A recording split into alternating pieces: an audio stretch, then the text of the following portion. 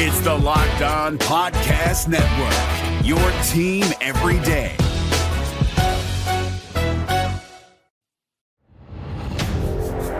You are Locked On Packers. I feel like we can run the table. We really do. Your daily Green Bay Packers podcast. Rodgers gets out. Part of the Locked On Podcast Network. Floats it. Your team Cobb. every day. Touchdown. You are Locked On Packers, part of the Locked On Podcast Network, your team every day. I'm Peter Bukowski. I cover the Packers for SB Nation and Packer Report. I cover the NFL around the internet. You can follow me on Twitter at Peter_Bukowski. You can follow the podcast on Twitter at Locked On Packers. You can like us on Facebook, subscribe to the podcast, iTunes, Spotify, Google Podcasts, wherever you find podcasts, you will find Locked On Packers, the number one Packers podcast on the internet, and the show for fans who know what happened. They want to know why and how. Today's episode is brought to you by Pepsi. This football season will be different, and Pepsi is here to get you ready for game day no matter how you watch this season. Pepsi is the refreshment you need to power through game day and become a member of the League of Football Watchers, because Pepsi isn't made for those who play the game. It's made for those who watch it. Pepsi, made for football watching. Crossover Thursday on the show today. Bill Riccette joins us from Locked On Panthers to give us a glimpse inside a Panthers team playing for pride at this point. And with head coach Matt Rule, I don't think we should rule out them playing hard. They played hard last week against the Broncos in a game that didn't really mean much. They're on their way to another rebuilding offseason and trying to build something from the ground up, which is frankly what they're doing a pretty good job of right now, given the place that they were starting from. It was ugly on this roster a year ago, and I think they've done a good job in the draft. They did a good job in free agency of buoying some of the spots that needed a little bit of help, and they are a team whose arrow, frankly, is pointed up. And if they were going to be aggressive enough to try drafting a quarterback here in this draft, you get Trey Lance, you get Zach Wilson, someone like that in the top 10. All of a sudden in 2022, this could be a team that really had some potential given the offensive skill talent that they are looking at. That's not where I want to start today, although in a way it is, because the Packers are going to have to make some stops in this game. This is a top 10 offense by DVOA. What's funny is I went into recording yesterday's show thinking, I can wait a day on this linebacker take that I have, and we can talk about it a little bit later. And I want to get this Matt LaFleur thing off my chest. And the Coach of the Year thing was really bothering me. I was really invested yesterday, and I think you can probably hear it in the show that I had some thoughts, right? And I was able to get them off my chest, and we can move forward on that one. But I felt good about my decision to wait on that. And then I opened the paper this morning, and sure enough, Tom Silverstein, long time beat reporter for the Milwaukee Journal-Sentinel, has a column about the linebackers. And and I was like, come on. Of all the things the little nuggets that I was picking out of the post-Lions snap reports and data and all of the numbers that we have to sift through here, that is the thing that Spoon is going to write about. Okay. I just, I game recognize game, I guess. I only have so many words that I can write in a day. I only have so many words that I can speak in a day. So I have to try and save some of the powder. I got to keep some of the powder dry when I have these takes. But I appreciate Tom writing that, because I think it's an important question that we need to ask about this team moving forward. The Green Bay Packers paid for Christian Kirksey to come in and be the starter at the linebacker position. And I say the linebacker position, which seems weird in a 3-4, but this is a team that only plays one linebacker between 70 and 80% of the time, depending on the game. And so the linebacker is an apt way to describe what this Packers team wants from that inside linebacker, that off-ball linebacker position. They play a lot of hybrid defense, a lot of Raven Green. Last year is Ibrahim Campbell. It was, some of these other guys. They drafted Vernon Scott. Maybe he has some potential to come in and play that hybrid spot. What's interesting is when Christian Kirksey got hurt, Chris Barnes came in and played really well. And even when Christian Kirksey was healthy, Chris Barnes came in and played some impactful snaps for the Green Bay Packers. If we go back even further to training camp, Camille Martin was the best linebacker in training camp. He was the guy that really popped. He can move, he can blitz, he can play in run support, he can move in pass coverage because of his athletic ability. He's still figuring it out at the NFL level, to be sure, but he's got the physical traits. I think he has the mental traits to get there. He's just still trying to process everything that's going on in an NFL game. And frankly, in my eyes, has not gotten enough opportunities with this team to really show what he's capable of doing. If you look at Pro Football Focus, he is the second highest graded linebacker in this class with at least 100 snaps behind Michael Walker in Atlanta.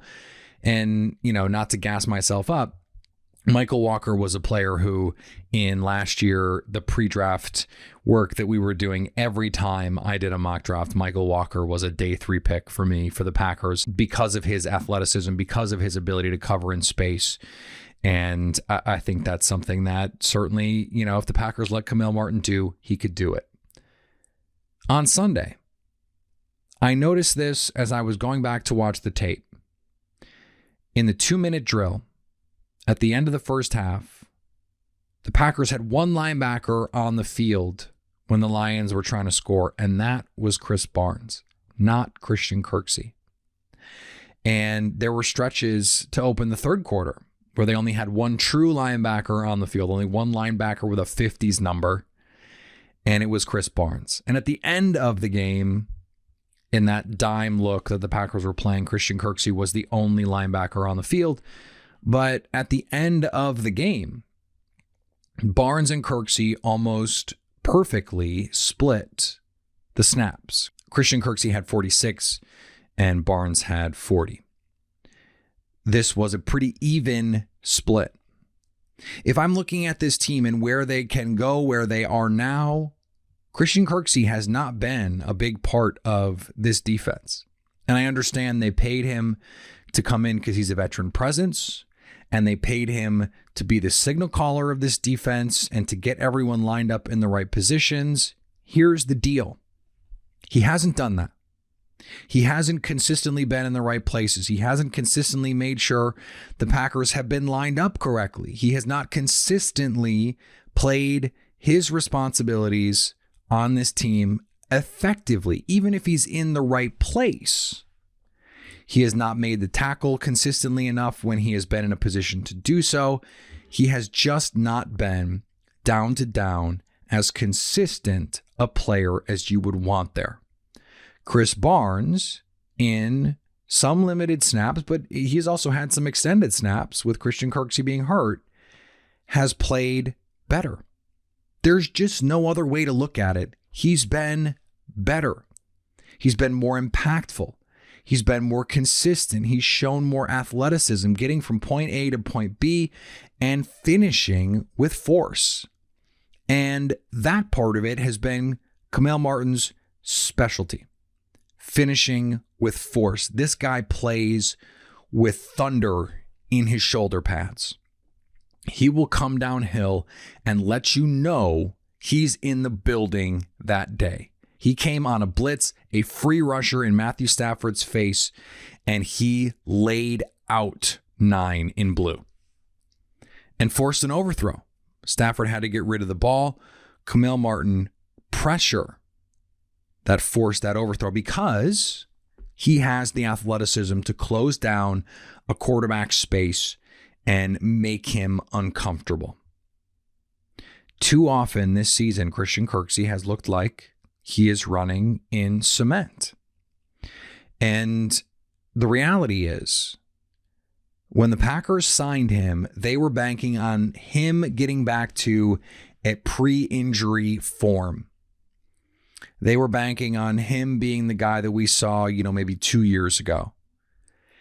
And some of the athletic traits that he possessed in those meetings. And athleticism is not everything at the linebacker position. Instincts and intelligence is paramount. You have to know where you're going. And someone like Chris Borland, runs 4.7. He didn't get to the ball carrier fastest because he was the fastest guy. It's because he knew where the ball carrier was going, in some cases before the ball carrier even knew. And that's what made him a special kind of player. We aren't seeing that guy. We aren't seeing the guy who makes up for his athletic deficiencies with intelligence. We aren't seeing the guy who makes up for his athletic deficiencies with quality tackling when he's in position to make plays. We aren't seeing the guy who's the field general out there making sure everyone is lined up in the proper gaps so that they don't break contain or they don't break an inside run when really you should have had a linebacker or a defensive lineman in a specific gap. That's not what we've seen from this defense. You have two young players who are the future of this organization. And a team that's competing for a Super Bowl is not always in a position to say, hey, young guys, go take us home. Go get us there. Because you're more likely to get consistent play from the veteran. Well, the Packers aren't getting the consistent play from the veteran. So what do they have to lose by saying, Kamel Martin, Chris Barnes, you're our dudes. You're going to be our dudes moving forward. So why don't you go be our dudes for the rest of the season? And Christian Kirksey is a vet. He is getting paid. And so he is going to be a good teammate. He's going to be a good practice player. We signed him because he has high character. And so he's not going to be a problem in our locker room if he's not playing consistent snaps. It's not like Martin and Barnes are core special teams players and not being able to put them out there jeopardizes, or putting them out there jeopardizes, their availability on special teams. And now Christian Kirksey's got to play special teams. No, that's fine. Oren Burks is going to play special teams. You've got your running backs, your tight ends, your other guys, your safeties. They're going to be able to go out there and give you the reps that you need on special teams. And oh, by the way, who cares? It's special teams. You can get someone to go out and give you those snaps if you really, really need it. Kirksey has just not been good enough. And if you don't believe me, ask Tom Silverstein, because he is not someone who traffics in hot takes. Plenty of people out there do. Spoon doesn't. And so for him to say, hey, this veteran player needs to be benched, that's basically what the column was. He doesn't do that lightly. He did the reporting on it. He talked to scouts and people who watch the tape for a living. And they said, look, he's just not very good. He's just not a good player. And the unfortunate reality is he's not. And so whether he's going to be the base Mike linebacker or he's going to be, the hybrid guy or whatever, he just hasn't been good enough. And so if you're going to have a linebacker out there who's going to play 80% of snaps, you're going to have someone who's going to be a true linebacker who's out there all the time in nickel and dime and base, et cetera, et cetera. We are to the point now where the Packers can no longer, based on the play on the field, justify it being Christian Kirksey. He's not being paid so much money that it would be prohibitive to bench him. And maybe this is just week one of phasing him out. Oh, all of a sudden, Chris Barnes, he's getting all these snaps. Hey, guess what? This week, Christian Kirksey only got 20 snaps and Barnes got 60. And that's, hey, isn't that a thing? And then all of a sudden, oh, well, Kamel Martin got 20 snaps and Christian Kirksey was a healthy scratch or whatever it is. You don't have to make him inactive because, it's nice to have a veteran player at a key position in a given game. But the young players have earned these reps. They've earned these reps. And it just no longer makes sense to prevent them from playing relative to what their play on the field says they should be doing. These guys should be out there. And unfortunately for Kirksey, this is just the reality. He is not playing well enough. The other guys are playing better. And so those guys deserve a chance to play. And you deserve a chance to make it through your day without hitting a wall, without feeling that crash, without feeling tired, without having to pound 8 cups of coffee to feel like, you can make it through your day. That's what Built Go is here to provide. Built Go is a 1.5 ounce package of energy. It is easy to take. It's delicious because it comes from the same people who brought you the most delicious protein bar ever made, the protein bar that tastes like a candy bar, Built Bar.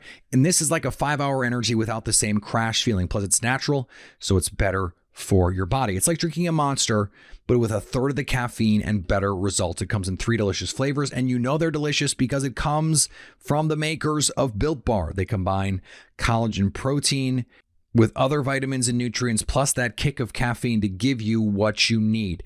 Go to BuiltGo.com and use promo code LOCKED to get 20% off your next order. That's promo code LOCKED to get 20% off at BuiltGo.com. Let's go.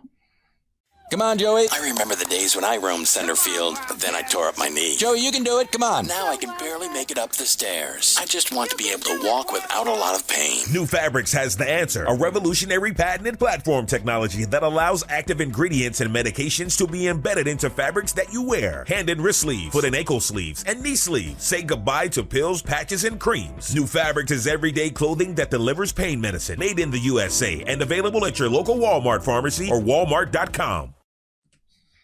It's another crossover, Week 15, Locked on Packers, Locked on Panthers, here with Bill Riccette from Locked on Panthers. And this has been an interesting season for Carolina, Bill, because there is a lot of talent, especially on the offensive side of the ball. The defensive talent is coming along. Guys like Jeremy Chin and is a legitimate defensive player of the year type, or defensive rookie of the year type season right now. So where does this team stand right now? Are you satisfied with where they are? Because they're going to have another top 10 pick, and we didn't think they were going to be that good this year. So how do you grade what you've seen so far from them? Yeah, they're pretty much on par, I think, with where we kind of expected them. They had that nice little start over the first couple weeks, started 0-2, but then rallied off 3 straight wins. Sitting at 3-2, you're thinking, okay, maybe this team has a little bit of something. And then I guess reality started setting in a little bit. They had a bunch of games where they were either tied at the half or leading at the half by a couple of points. Games like the second Buccaneers game, even against the Chiefs, they had to lead at the half. Couldn't hold on to it. Second half, for the most part, has been kind of their downfall. So this is a team that's still kind of learning how to win games, but you could see the base there with a lot of the young talent that they have. So I still think this is a team that's trending upward, but yeah, all in all, this is about where we thought the Panthers were going to be. So, it's I guess it's about an average grade. Can't really say, they've been spectacular, I guess. But like I said, I'm not going to say they failed, because we knew it was going to be a rough start. But they're definitely buying into what Matt Rule is doing. So it's exciting for sure. It does seem that way, that this is a team that, Matt was saying some interesting things. Some things that I was sort of raising my eyebrows about when he first got to town. But this has been an offense that can score. They've got great skill guys with Robbie Anderson coming in. We know Curtis Samuel, and then of course, DJ Moore is becoming a legitimate star player in this league, and the only reason that I think he is not more well known is because Carolina just hasn't been that good since he's been around. Offensively, Teddy Bridgewater is who we thought he was. Mm-hmm. He's not gonna win you games, but he's also not gonna lose you games. What do you see from this offense right now? I think that's a perfect description, Peter. Teddy's done a nice job of hanging onto the football. They're really not turning the ball over, and that's been one of the keys to Carolina, I guess, being competitive in a lot of these games. Teddy is, I don't want to give him just the straight on game manager label, but I would say it's just maybe a little bit more than that, if you know what I mean. But he is completing over 70% of his passes. A lot of it is kind of short stuff. I think it's just mostly just trying to get the ball in the hands of their playmakers, right? They're getting the ball into DJ Moore, getting the ball to Robbie Anderson, Curtis Samuel, whatever the case may be, and just letting them, I think, do the bulk of the work, trying to take a lot of the pressure off of Teddy Bridgewater. So yeah, I think how you put it is perfectly. He's not going to wow you a lot, but he's not going to completely crumble. He's not going to really cost you anything. So he's been kind of the nice bridge quarterback, I guess we'll say. He's filled in the gap nicely between Cam Newton and then ultimately whoever they end up replacing him with in probably about 2 years, maybe, if not sooner. That was what I was going to ask you, because as I look at this team, I go, they got some really nice pieces offensively, and the defense, I think, has some pieces. Brian Burns has played really well this year. Don't tell Packer fans. Jeremy Chin, as I mentioned, is playing really well. I think Derek Brown is a nice interior defender, although I felt like they overpaid in terms of draft capital for him. Why not take a shot on a quarterback in the draft? Why not? If they're going to get a top 10 pick and they could get someone like Trey Lance, who might need a year or two to sit anyway, why not do that? Why not try and hit that upside? Because this is a team with plenty of skill players, and they've got guys like Christian McCaffrey, Robbie Anderson. Those guys are under contract. They can afford to wait a season or two. I totally agree. And I think that's going to be one of the more likely scenarios. It's not a guarantee, obviously, but it's a perfect position, like you said, because they have the time, right? Teddy Bridgewater, he'd signed a 3-year contract, but really, in essence, it's only a 2-year contract. They can get out of that contract very easily after 2021. And so you bring in one of these guys, like you mentioned, Trey Lance, or Zach Wilson, or even somehow if Justin Fields falls to them, if, say, the Jaguars take a different quarterback other than Fields, whoever the case may be, Carolina is going to be in a good position where that guy can sit for a year behind Teddy Bridgewater, learn from Teddy, learn from Joe Brady and all this, and just kind of get himself ready. They won't be under pressure to throw him out there week 1. And, if things go south, then maybe throw him out there, see what he has. Similar to Miami, eventually they wanted to see what they have in Tua, and so far it's turned out pretty well. Carolina, and I've seen this connection a lot, and it makes a lot of sense. Carolina could be the new Miami Dolphins, if that makes sense. So, really excited to see. But yeah, I totally agree. I think quarterback is going to be a very likely possibility especially if they're going to end up sitting in the top 6 in the draft, which is about where they're probably going to be. So as I look at this team, here's what this game and so many games come down to for me. I don't think Carolina can block Green Bay's front, and I don't think the Panthers can get enough pressure on Aaron Rodgers to slow down this passing attack, even with Brian Burns playing at a high level this season. Am I wrong about that? I totally agree, Peter. I am very worried about the Panthers' offensive line. They have, in recent weeks, not really shown the strong ability to protect Teddy Bridgewater. In fact, Teddy got sacked 4 times against the Broncos. And, the Broncos obviously have a nice front themselves.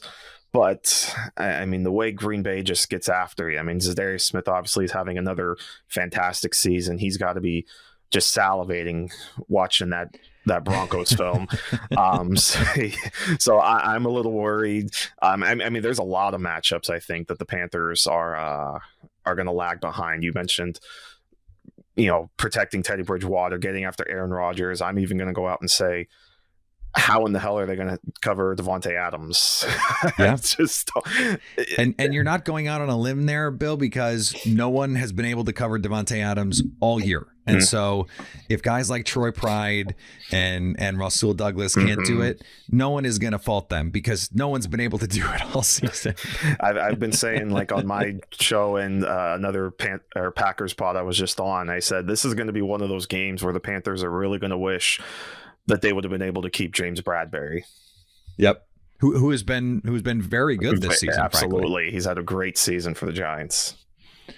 If if the Packers were to call the Panthers and say, listen, we know the offensive line situation for you is not great.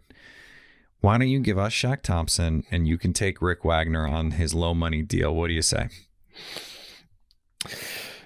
That's interesting. It'll make you stop and think for a little bit, for sure. And I know there's some people that weren't even all that thrilled when Shaq Thompson got that contract. Going back to the James Bradbury talk, I've seen people say, "Hey, why did we give Shaq that money? We could have given it to James Bradbury." And Jermaine Carter, I thought, has played pretty well since stepping in for Tyre Whitehead. And if the Panthers decide not to go with a quarterback in the draft, maybe Micah Parsons could be a possibility. Yeah. So that would be an interesting one to think about. I don't think you can immediately shut that down. That's an interesting offer. I like that. I just feeling like, Jeremy Chin is sort of duplicative in terms of their skill set. By the way, I absolutely love Jeremy Chin. We can't get out of here without talking about Chin because I loved him pre-draft. I thought he was the guy on tape that the draft industrial complex told us that Duggar was. I was never that impressed with Kyle Duggar. I thought he was all tools. I thought Chin had real skill to go along with those physical traits, and we are seeing it now. What have you liked from Jeremy Chin this season other than everything? Yeah, that's what I was going to say. I mean, I think the better question is, what have I not liked about Jeremy Chin? And the correct answer to that would be nothing, because I'm with you, man. Pre-draft, I was amazed with this kid, getting a chance to see him at the Senior Bowl and hearing from him at the Combine. This kid just had it. I mean, he had the size, he had the speed, he had really everything you can ask for from a safety. And I thought landing in Carolina was as close to a perfect spot, I think, for him, because you have a young defense in Carolina that needed a lot of pieces. Chin really checks a lot of those boxes. They could play him deep at safety. Technically I guess he's considered, an outside linebacker, but really he's more kind of in that Tyrann Mathieu mold, that linebacker / safety hybrid. Right. So this was perfect for him. So for them to go up, and they could also thank the Philadelphia Eagles. Yeah, that would have been a perfect spot for him too. But we all know what happened there. So. All right, I want to thank Billy again for joining the show. Always great to talk to him. Today's episode is brought to you by Pepsi. This football season will be different, and Pepsi is here to get you ready for game day no matter how you watch this season. Pepsi is the refreshment you need to power through game day and become a member of the League of Football Watchers. These passionate fans are the real generational talent that Pepsi fuels, because Pepsi isn't made for those who play the game. It's made for those who watch it. Pepsi, made for football watching. What is interfering with your happiness? Is something preventing you from achieving your goals? Right now, everyone could use someone to talk to, someone to help us get through these tough times. BetterHelp will assess your needs and match you with your own licensed professional therapist.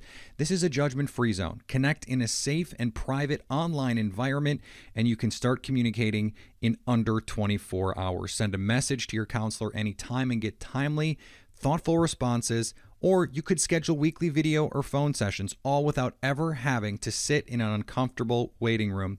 It's more affordable than traditional offline counseling, and financial aid is available. There's a wide range of expertise available, which may not be locally available in many areas.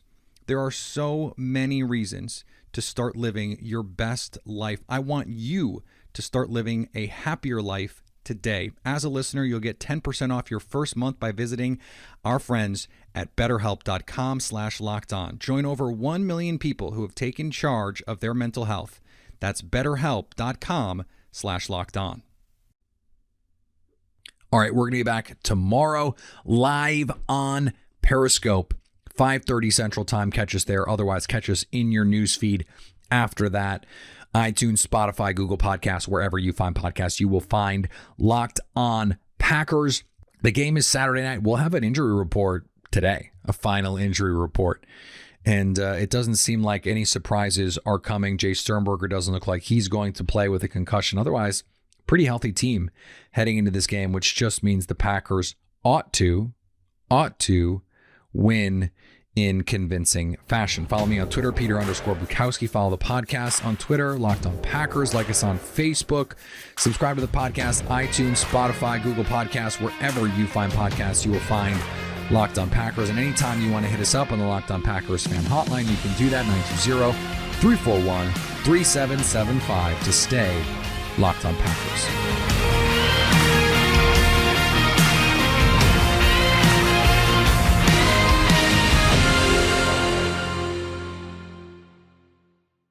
What's up, everyone? I'm Kane Pittman, host of Locked On Bucks, your daily podcast on the Milwaukee Bucks. Subscribe and listen every day for plenty of talk about Giannis, plenty of talk about Chris Middleton, and what about Drew Holiday? Right now, we're focused in on the Bucks' pursuit of their second NBA championship. It comes in the 50th year anniversary of the 1971 championship. There couldn't be a better time to take that next step and reach the NBA Finals. Subscribe to Locked On Bucks wherever you get your podcasts.